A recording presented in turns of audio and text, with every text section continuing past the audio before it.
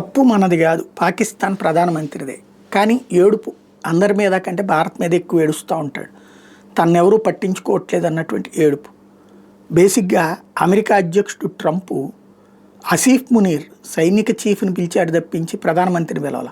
3 రోజుల పాటు ఆతిథ్యం ఇచ్చింది ఆసిఫ్ మునీర్కి, అంతే తప్పించి షాబాజ్ షరీఫ్కి కాదు. మరి ఎవరిని తక్కువగా అంచనా వేసినట్టు అక్కడ? పాకిస్తాన్లో అసలు ప్రధానమంత్రికి వాల్యూ ఉందా?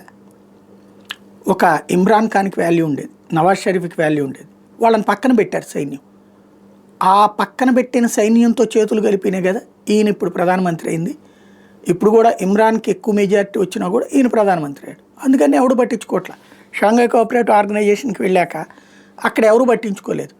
చివరికి ఒక సెక్యూరిటీ గార్డ్ నుంచి ఉంచోవాల్సినటువంటి కర్మ పట్టింది.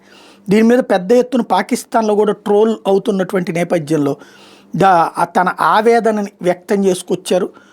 ఏదో విచిత్రమైనటువంటి స్టేట్మెంట్ అనే కంటే కూడా పాపం ఆయన బాధ ఆయన చెప్పుకున్నాడని చెప్పాలేమో.